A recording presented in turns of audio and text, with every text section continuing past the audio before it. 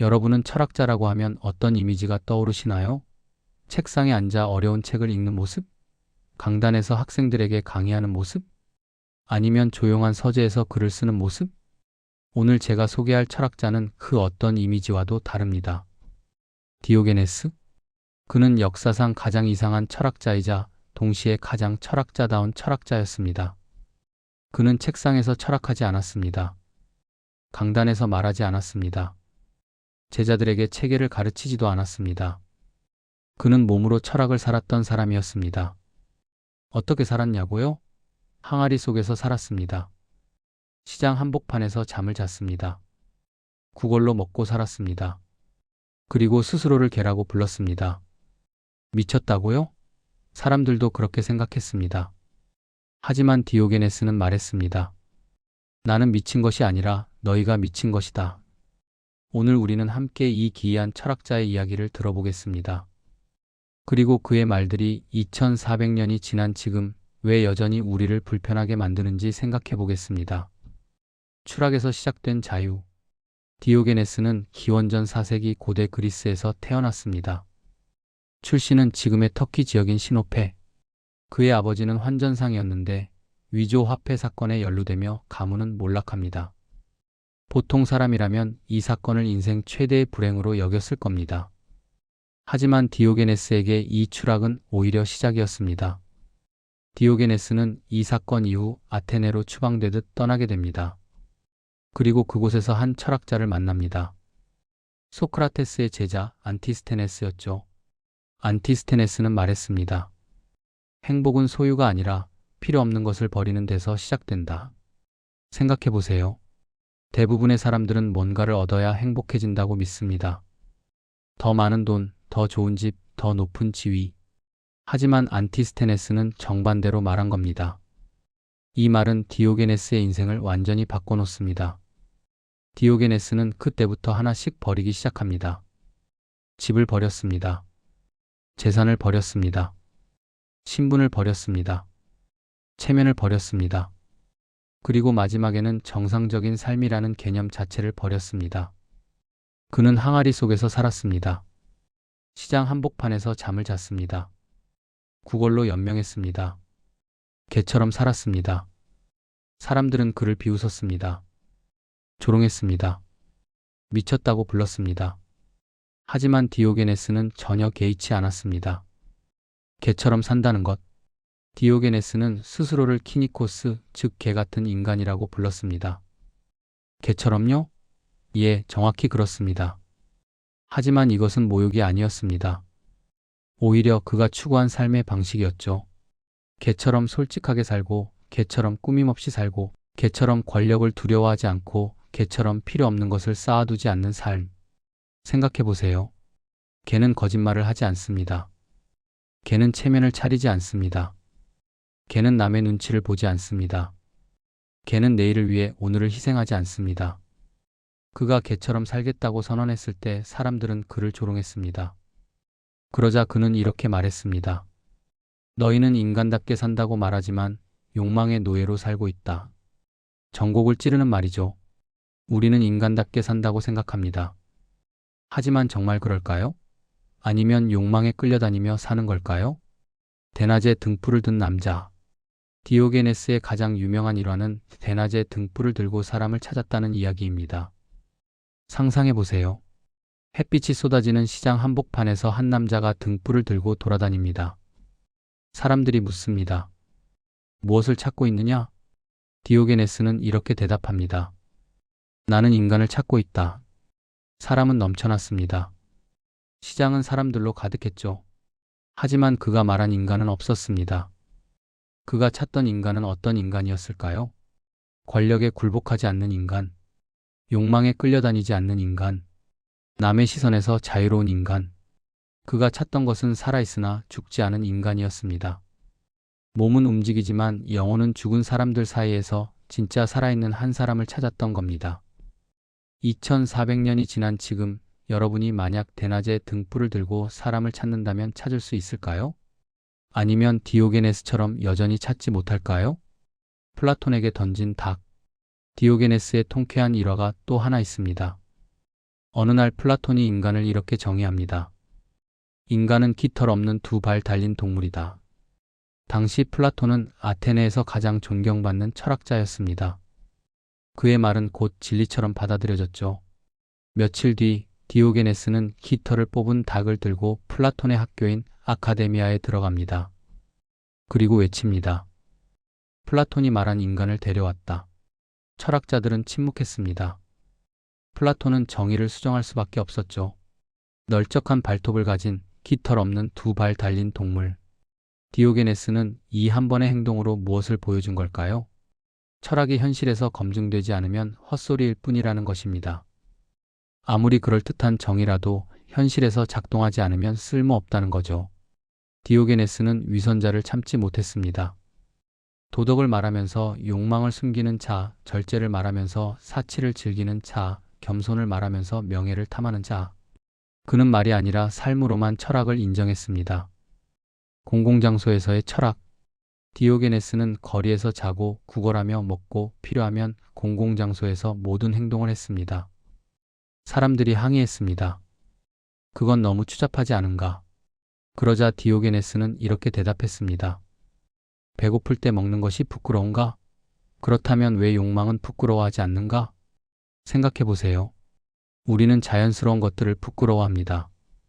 하지만 정작 탐욕, 질투, 허영 같은 것들은 숨기면서도 부끄러워하지 않죠. 디오게네스는 이런 이중잣대를 폭로하고 싶었던 겁니다. 그의 극단적인 행동은 바로 이것을 보여주기 위한 퍼포먼스였습니다. 알렉산드로스 대왕과의 만남. 디오게네스의 가장 유명한 만남은 알렉산드로스 대왕과의 일화입니다. 당시 알렉산드로스는 세계를 정복한 가장 강력한 인간이었습니다. 그가 디오게네스를 찾아옵니다. 항아리 앞에 서서 말합니다. 나는 알렉산드로스다. 원하는 것이 있으면 말하라. 여러분이라면 어떻게 하시겠습니까? 대부분의 사람들은 이 기회를 인생 역전으로 썼을 겁니다. 돈을 달라, 땅을 달라, 직위를 달라. 그러나 디오게네스는 이렇게 말합니다. 비켜라. 내 햇빛을 가리지 말고. 세상에서 가장 강력한 권력자 앞에서 그는 아무것도 원하지 않았습니다. 아니, 정확히는 그가 가진 햇빛조차 가리지 말라고 했죠. 알렉산드로스는 잠시 침묵하다가 말합니다.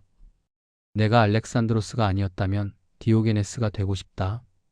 세상을 정복한 남자가 항아리에서 사는 남자를 부러워한 겁니다. 왜 그랬을까요? 그러자 디오게네스는 대답합니다. 내가 디오게네스가 아니었다면 그래도 디오게네스가 되고 싶다. 이 장면에서 디오게네스가 보여준 것은 용기가 아니라 자유였습니다. 원하는 것이 없는 인간은 아무에게도 지배받지 않습니다. 두려워할 것도 없고 잃을 것도 없고 구걸할 이유도 없습니다.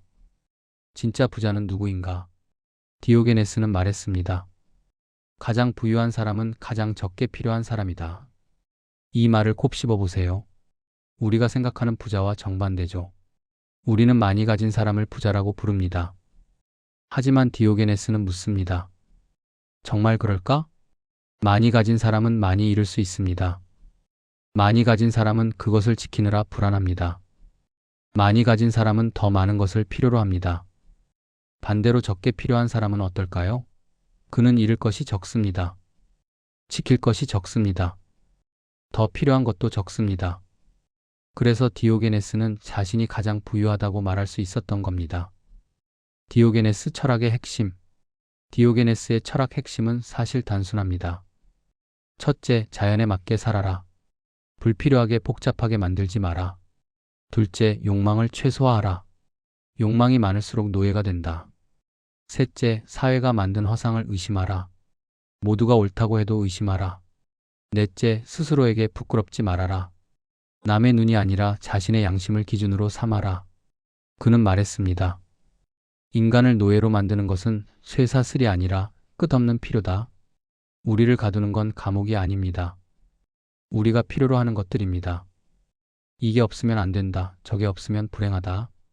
이런 믿음들이 우리를 묶어둡니다. 진짜 행복이란 무엇인가? 사람들은 디오게네스에게 물었습니다.